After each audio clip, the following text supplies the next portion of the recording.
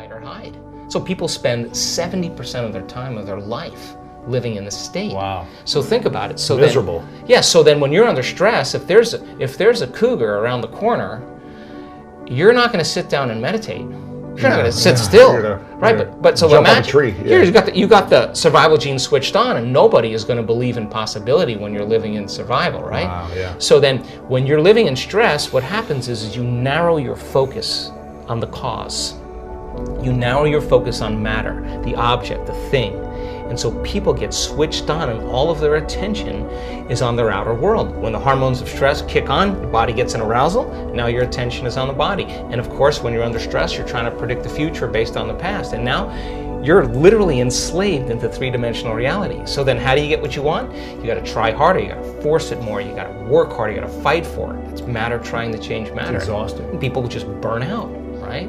So then we now know that when you go from a narrow focus on something and you begin to open your focus, you create a sense, an awareness that the act of opening your focus causes you to stop thinking. And if you stop thinking, you no longer activate those circuits, and you start to slow your brain waves down. And as you slow your brain waves down, you start connecting to that autonomic nervous system, the thing that's giving you life. And all of a sudden, when you get beyond yourself, it says, he's gone. Let's step in and just clean up this mess before he gets back. Really? And its job is to create order and balance. So your body will start to do that for you. The innate intelligence will step right in. Once you connect, you got to connect. So you got to know how to change your brain waves. You can't change your brain waves. Wow. You stay in that active state. You're basically moving furniture around. You're analyzing your life within some disturbing emotion. And I can tell you, after looking at all those brain scans, if you're analyzing your life within some disturbing emotion, you're going to make your brain worse. In fact, you are thinking in the past, right? So you teach people the formula, how to open their focus, change their brain waves, connect to that invisible field, and all of a sudden different compartments of the brain start synchronizing. The front of the brain starts talking to the back of the brain. The right side starts talking to the left side. And all of a sudden, what sinks in the brain links in the brain. And all of a sudden, you see this person starting to feel more like themselves. And when you see those two hemispheres of the brain start lighting up, watch out, because that person's going to feel really whole. They're going to start loving life. They're going to feel like they're going to be in love with life, because the union of polarity and duality is wholeness at the exact same time. Coherent brain. When you're resentful, when you're judgmental, when you're impatient, your heart beats out of rhythm. Why? You're stepping on the gas and you're stepping on the brake at the same time. Your body and its intelligence, living in survival, is saying T-Rex is back there, but you're not running because you're sitting across the table looking at somebody smiling and your body's revved up, right? So the heart is beating arrhythmically. And when that happens, you're squandering, or you're using all the body's life force and turning it into chemistry, right? You're using all that energy to survive as opposed to think beyond. Right. So you're drawing from your vital life force, that invisible field around your body, and you're turning it into chemistry. You actually are going to shrink your own field. The hormones of stress cause us to be materialists, right? When we're under stress, we're using our senses to determine reality. So now you feel more like matter and less like energy, more separate from possibility. So then, to teach a person then how to regulate that heart center.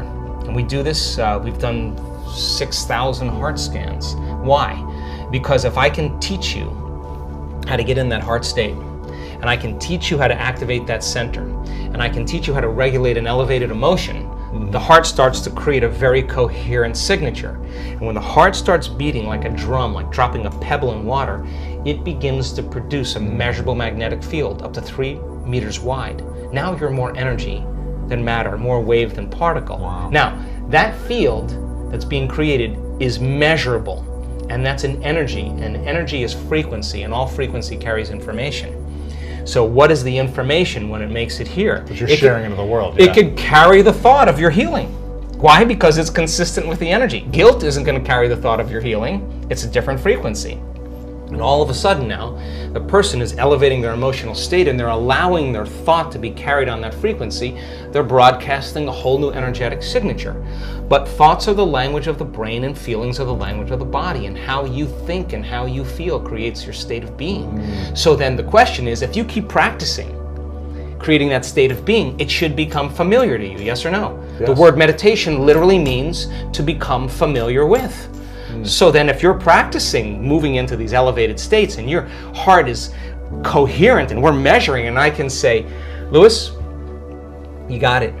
Now do it for 30 minutes. Now do it for 60 minutes. And you practice creating that coherence. You'll know when you're there and when you're not. Yes or no? Sure. And then you would be able to say, like a skill, like anything else, give me a minute. I'm going to step out, and you're going to go back in the heart coherence and bring up that state. How do we get there in the heart? Oh, then we practice the formula. Again, rest your attention, start calling up elevated emotions, and when you start seeing that starts happening, then you sustain it, and you keep practicing, and all of a sudden, it gets longer and longer and longer. Now, what's the relevance behind that? Well, we've measured neurotransmitters. So when a person actually activates their heart, the heart releases a chemical called oxytocin. Oxytocin is actually the love chemical. Oxytocin signals nitric oxide. Nitric oxide signals another chemical called endothelial-derived relaxing factor. What does that do?